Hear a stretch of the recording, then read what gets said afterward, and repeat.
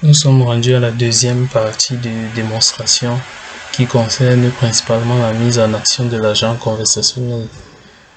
Alors, nous allons démarrer tout d'abord par la présentation du dataset qui a servi pour entraîner notre réseau de neurones basé sur un apprentissage profond.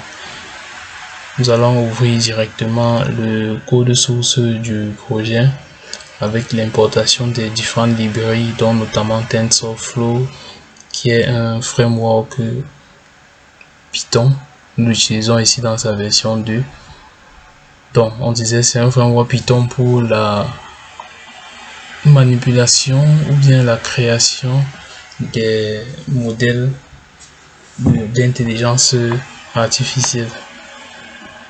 Et ici, nous avons utilisé principalement le séquenceur ou bien le modèle Sequential Model de Keras qui nous permet de créer des modèles pour apprentissage profond. Si on fait un tour directement sur notre dataset, nous allons voir ici l'ensemble des données qui nous ont permis d'entraîner notre modèle. Les tags ici étant les différentes intentions. Par exemple, nous avons le tag Greetings qui veut dire salutation, et nous avons là un ensemble de patterns qui sont des features qui nous permettent dans une conversation de savoir si il s'agit d'une salutation venant de l'utilisateur ou d'autres choses. Nous avons aussi Service Status pour connaître le statut des services. Nous avons également aussi ici un ensemble de patterns. Nous avons aussi les signatures de base de données pour connaître ici l'ensemble des différentes règles d'alerte ou bien des règles à appliquer au trafic pour savoir si un trafic est ou bien si une communication est illicite ou pas. Nous avons aussi les règles propres à Simba, le rapport d'intrusion et plein d'autres intentions que l'utilisateur peut émettre. Donc, nous rappelons ici que les clés de ce dataset sont les intentions ou bien ce soit ce qui sont appelés les classes, ainsi que les features ou bien les caractéristiques. Ces caractéristiques qui sont les paramètres envoyés en entrée du réseau de neurones, et en sortie nous avons les classes. Donc, nous allons fermer cette partie. Nous allons venir directement. Cette partie-ci concerne le traitement du dataset qui a été envoyé afin d'extraire les patterns et les intents, et le traitement avec le système ou bien les outils NLP à travers notamment la librairie suivante NLTK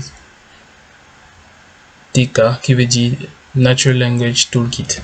Donc, nous allons directement venir à la fonction Train Model qui va nous présenter un peu le processus d'entraînement et de création du modèle. Donc, si nous venons directement ici, nous voyons que la définition du modèle épouse exactement la description que nous avons donnée dans le rapport, c'est-à-dire tout d'abord un modèle Deep Learning, ensuite la couche en entrée 128 nœuds, et ici une adaptation avec la taille du nombre de nœuds qui est le nombre de features ici. Ensuite, nous avons la fonction d'activation ReLU que nous avons définie dans le document descriptif. Aussi, nous avons aussi présenté ici la deuxième couche avec également comme fonction d'activation ReLU, et enfin la couche de sortie, la fonction probabiliste softmax, et enfin la fonction d'optimisation que nous avons appliquée Adam qui est décrit dans le document descriptif, et les différentes métriques pour les pour la rétropropagation qui a été la précision, et enfin la fonction qui est utilisée Categorical Cross Entropy. Donc, nous allons directement interagir avec notre agent conversationnel sans plus tarder. Nous allons d'abord démarrer l'entraînement du bot. Donc, une fois qu'il est lancé, tout d'abord, il va charger l'ancien modèle. Rappelons ici que le modèle est stocké au format HD F5. Le voici le modèle que nous avons eu à entraîner auparavant. L'éditeur que nous utilisons actuellement ne peut pas ouvrir ce type de fichier. Donc ici, nous sommes en train de charger les différentes librairies.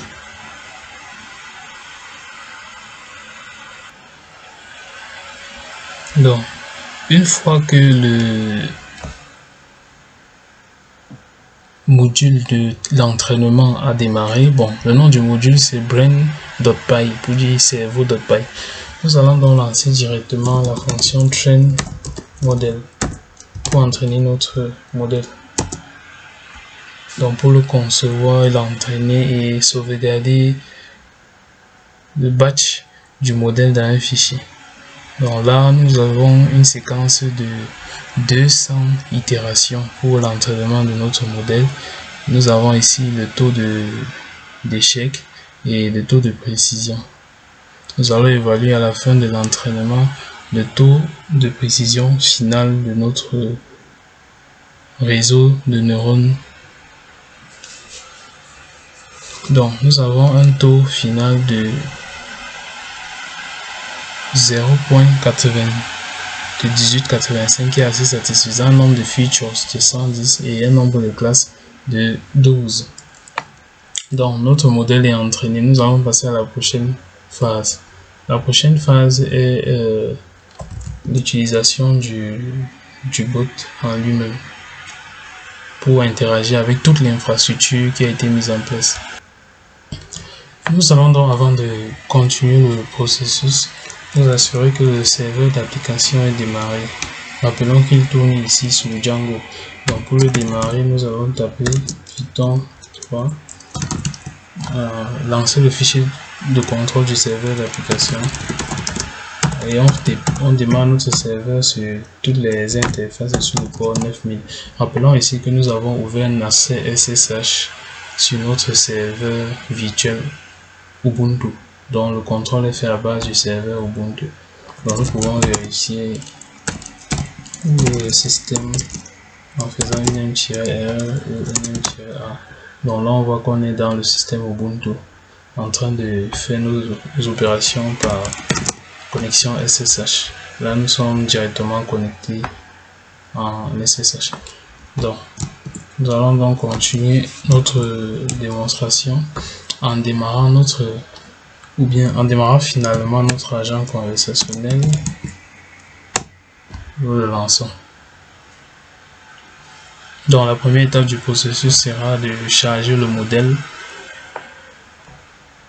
Il y aura un chargement du modèle qui a été pré-entraîné dans le programme afin de pouvoir lancer le moteur conversationnel. Donc une fois que tout a été chargé, nous devons entrer une clé de sécurité, une clé d'accès. Nous avons jugé nécessaire d'intégrer un mécanisme d'authentification ici pour éviter que une personne non autorisée puisse utiliser l'agent conversationnel. Donc nous entrons notre clé de sécurité et nous avons notre message de bienvenue. Bonjour Landry Jean-Élie. Je suis Simba. Comment puis-je vous aider? Donc nous sommes revenus. Bonjour.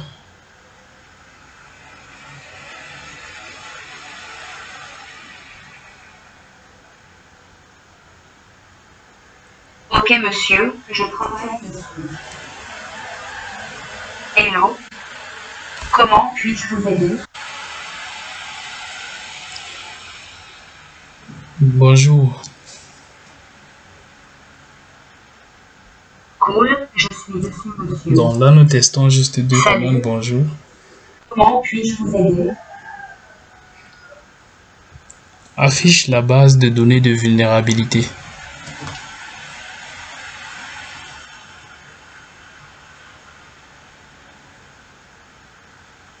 Cool, je suis dessus monsieur. Voici la base de données à la jour.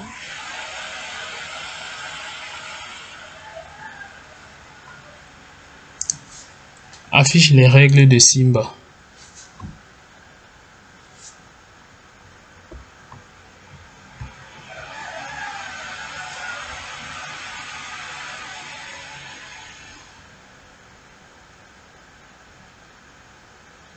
Cool, je suis monsieur. Voici la base de signature.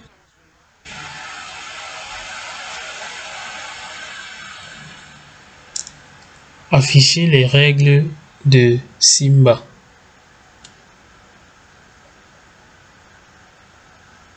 Quelques secondes, monsieur. Voici la base de signature.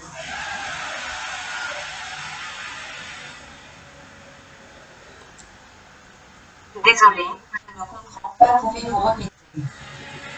Salut. Comment puis-je vous aider? Donner le rapport d'intrusion dans le réseau.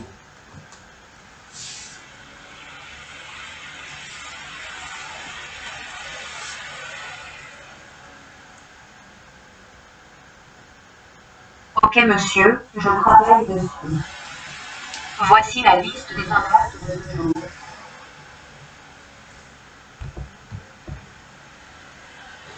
Afficher le statut des services dans le réseau.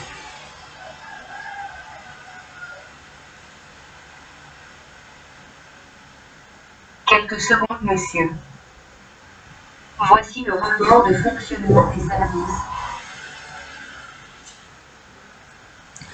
Activer le code rouge.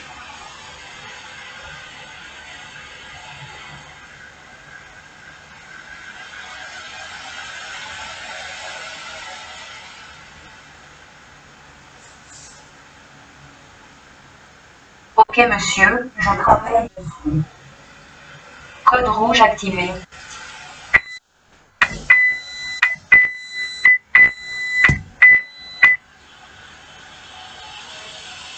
Au revoir.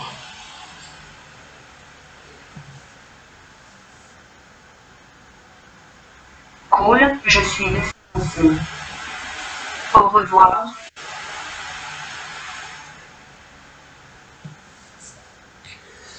Ok, une fois cette démonstration faite, nous avons essayé de rapidement prendre quelques intentions et essayer de voir comment l'interaction se passe avec notre agent conversationnel. Donc, tout d'abord, il s'agissait d'un échange vocal avec l'agent conversationnel. On a lancé à partir d'une console connectée directement au cœur du système intelligent, et nous avons d'abord accédé à ce système en entrant une clé d'accès, et nous avons d'abord demandé la base de vulnérabilité, et ici le système est communiquer la requête au serveur d'application, et le serveur d'application à son tour est allé communiquer avec le système de détection d'intrusion pour récupérer l'ensemble des règles d'alerte ou bien des règles de vérification de communication pour évaluer s'il y a une intrusion dans le réseau ou pas. Donc nous avons un ensemble de règles telles que les règles liées aux attaques DOS, les attaques DNS, les attaques DOS, Deny of Service et d'autres attaques également. Et ensuite nous avons également demandé à Simba d'afficher le rapport d'intrusion dans le réseau pour la journée, et chose qui a été faite. Et ici on montre l'importance de la première partie où nous avons mené des actions de tests de vulnérabilité dans la première partie avec l'outil Nmap, si on se rappelle bien, avec la machine pirate. Et donc si on revient voir le rapport de l'agent intelligent, il a pu répertorier ces différentes attaques et qui étaient des scans Nmap XMAS de type XMAS et provenant de l'adresse 192.168.8.101 qui est l'adresse IP de la machine qui a lancé l'attaque 192.168.8.101.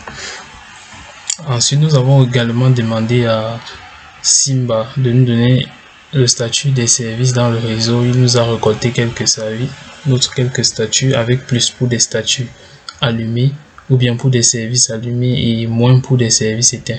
Nous avons également ici notre serveur Zabbix qui est allumé et qui récolte en temps réel ou bien continuellement le fonctionnement des ressources dans l'infrastructure.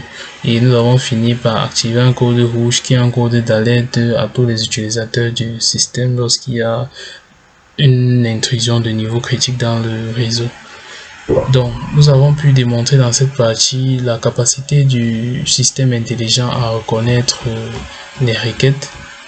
Et également, nous devons noter ici qu'il n'est pas totalement complet parce qu'il y a encore un niveau de précision à assurer, c'est-à-dire ajouter d'autres intentions qui ne sont pas encore présentes. Par exemple, si nous disons une requête qui n'est pas encore connue par l'agent intelligent, il va tout simplement ignorer cette requête ou bien dire qu'il ne l'a pas compris. Nous l'avons vu pendant que nous étions en train d'interagir avec l'agent intelligent.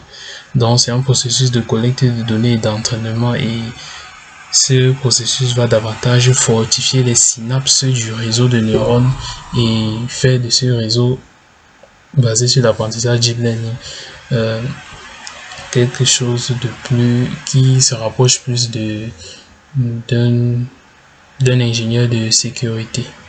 Donc nous avons de façon globale, compte tenu du plan, défini ou bien montré le système de monitoring de détection des intrusions, et nous avons par un cas pratique montré quelques fonctions de celles disponibles déjà de l'agent conversationnel, et tout ceci via un échange vocal. Nous vous remercions.